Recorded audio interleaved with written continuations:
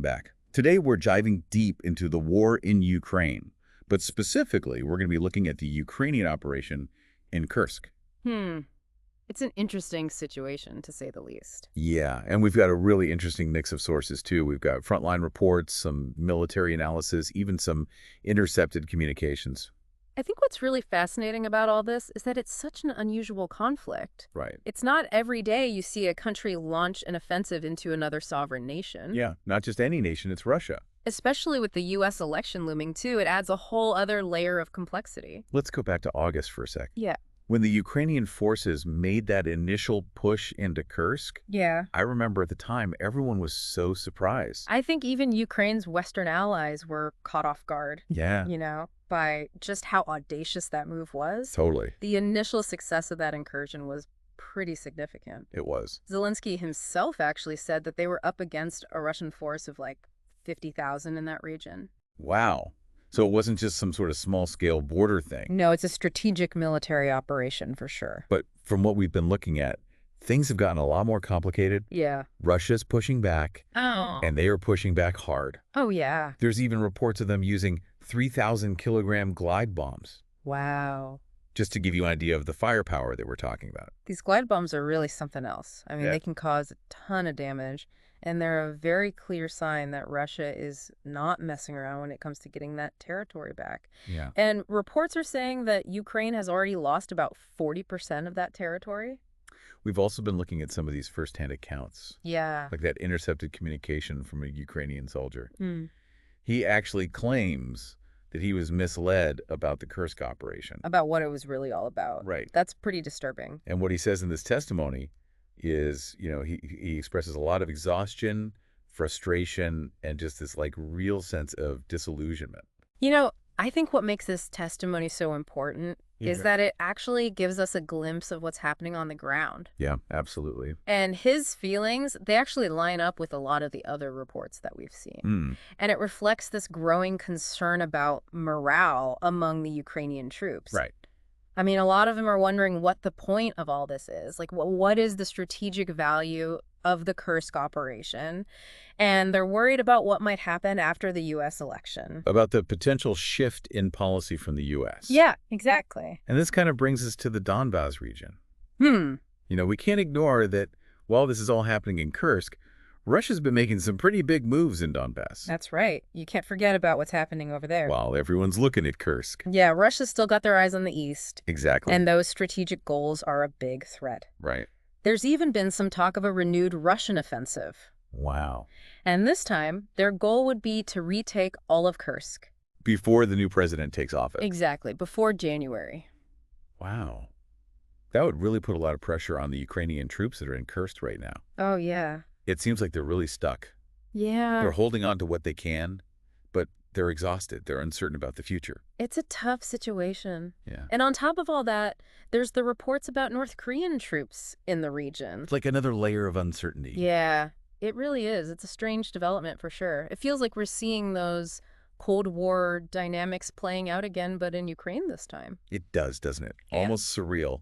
And some estimates say there could be as many as 10,000 North Korean soldiers in Kursk, Wow. mostly acting as reserves for the Russian forces. Right. We even saw reports of Ukrainian soldiers being offered incentives to capture a North Korean soldier, Interesting. preferably with documents like their papers and stuff. It's kind of a fascinating tactic, right? It is. It seems like Ukraine really needs more intel on them. Like they're kind of scrambling. It really shows how alliances can shift so quickly in this conflict. And who's on whose side? Absolutely. Speaking of unexpected, we got to talk about the Western-supplied long-range missiles. We know that Ukraine's been using ATACMS and Storm Shadow missiles to hit targets inside Russia. We've even seen confirmation of strikes on an S-400 air defense system. And even an airfield. Yeah, in Kursk. Wow. And for anyone who doesn't know, that S-400, that's one of Russia's most advanced air defense systems. To take one of those out, that's not an easy feat. Yo. It really shows you what those Western-supplied missiles can do. Yeah. I mean, they have the potential to really disrupt things for Russia. But we have to look at the bigger picture too, right? Right. These strikes, they definitely grab the headlines, but they don't seem to be changing things that much on the ground. I see what you mean. And the supply of those long-range metals, it's limited. Right. And from what we're hearing from the soldiers on the front lines, the fighting hasn't changed that much. Yeah. It goes to show you how hard it is to bridge that gap Yeah. between the strategic strikes and what's actually happening on the ground. Yeah. For those Ukrainian soldiers in Kursk, their focus is just on surviving day to day. Right. And all those missile strikes, they probably feel like a world away. And they're exhausted. The testimonies, they really paint a bleak picture. Yeah. They talk about being disillusioned, feeling trapped in this conflict where the goals keep shifting. Right. Some even compare it to that defense of the Krinky bridgehead Oh, wow. back last year, That was a brutal battle. which ended up being costly and unsuccessful. It was. A lot of casualties on both sides. Yeah, and for little strategic value in the end. Exactly. And the fact that some are drawing parallels to that, well, it shows that there's this growing sense of pessimism. Yeah. Like maybe history is repeating itself. It's a real concern. And it brings up that tough question. At what point does holding on to that territory, that Russian territory, at what point does that cost more than it's worth? It's a tough question. And now, with this added worry about what might happen with U.S. policy with the new administration, Right. it's really taking a toll on their morale. It would. It's a big unknown. It is. So was this incursion, was it like some stroke of genius? Was it a desperate gamble? Or was it just a miscalculation, a tragic one? Maybe it's all of those things. I mean, you've got military analysts saying that it did what it was supposed to, that it forced Russia to divert their resources, Yeah. and that it inflicted some serious losses, Yeah. giving Ukraine some much-needed breathing room. In other areas. Exactly. Yeah. But then you have the soldiers on the ground, the ones who are actually living this. Yeah. They say it's a costly distraction Right. with no clear objectives. It's hard to reconcile those two It perspectives. is. And I think their stories, what they're going through, it reminds us that war is about people. It's not just about these moves on a map. Right. It's about the human pull and these uncertainties they face. Yeah. Well, it shows you just how complex this conflict really is. It does. It really does.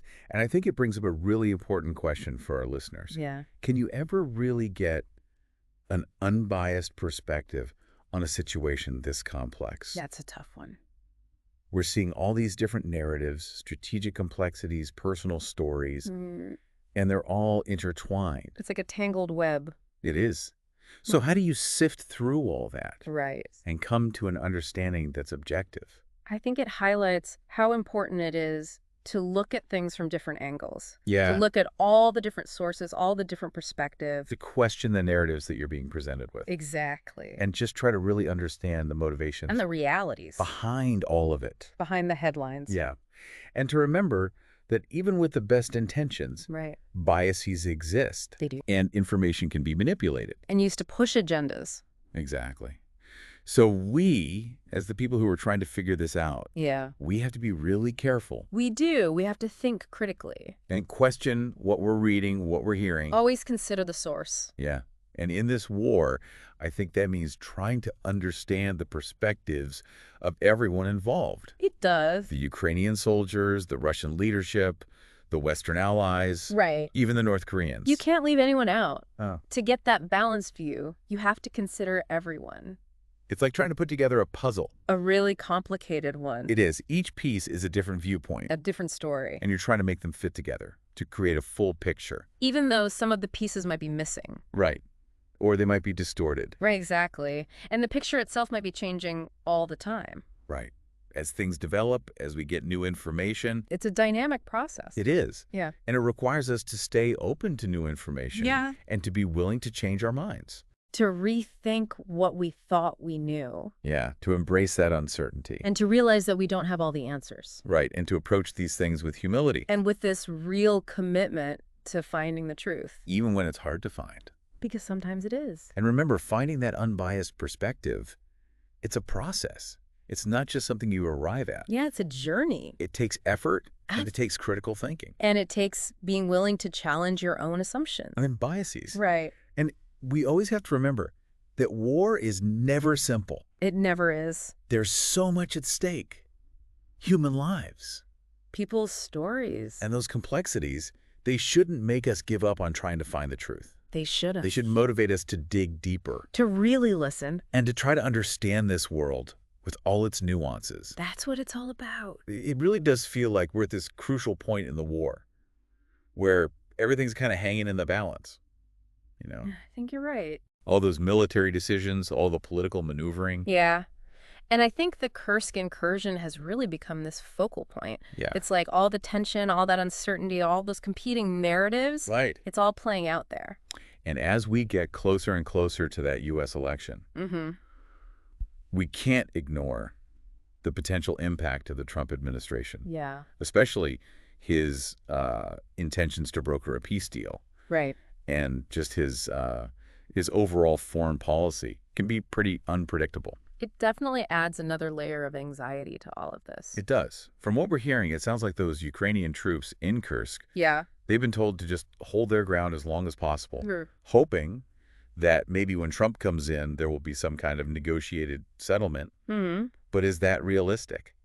That's the million-dollar question, isn't it? It is. I mean, the longer this goes on, the greater the chance that something happens, some miscalculation that could really escalate things. It's like that fear is always there, that it could all spiral out of control. Yeah, that a small spark could ignite a much bigger conflict. Exactly. So when we look at everything we've gathered, what can we take away from all these whispers, from the front lines, from the experts, and from all those political machinations?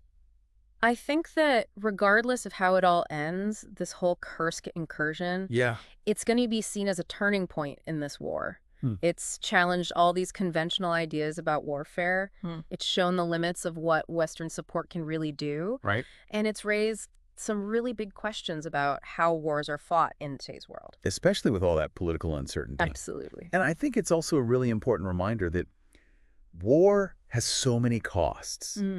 It's not just about the casualties and the land that's gained or lost. Right. It's about the psychological impact. Yeah. The emotional toll. The broken morale, the doubts, the anxieties. Yeah. Those are wounds that can take a long time to heal. And they might never fully heal. That's true. I think this Kursk operation is really a story of bravery. Yeah. Sacrifice. And a lot of strategic ambiguity. And it's still being written. It is.